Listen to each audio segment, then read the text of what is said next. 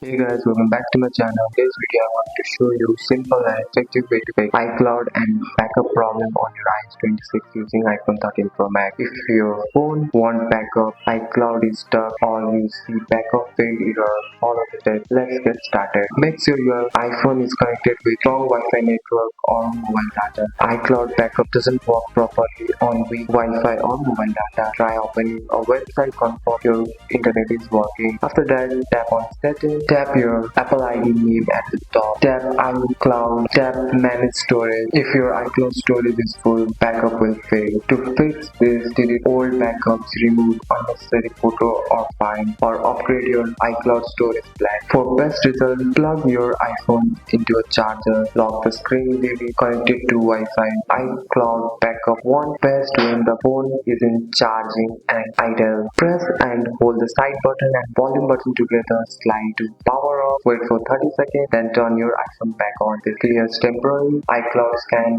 If backup fails, still go to the settings. Tap on Apple ID. Scroll down and tap Sign Out to reset your iPhone. Then sign back in. This refresh your iCloud connection. That's it. That's all for today's video, guys. If you found this video helpful, drop a like and subscribe for more videos. Thanks for watching. See you in next one.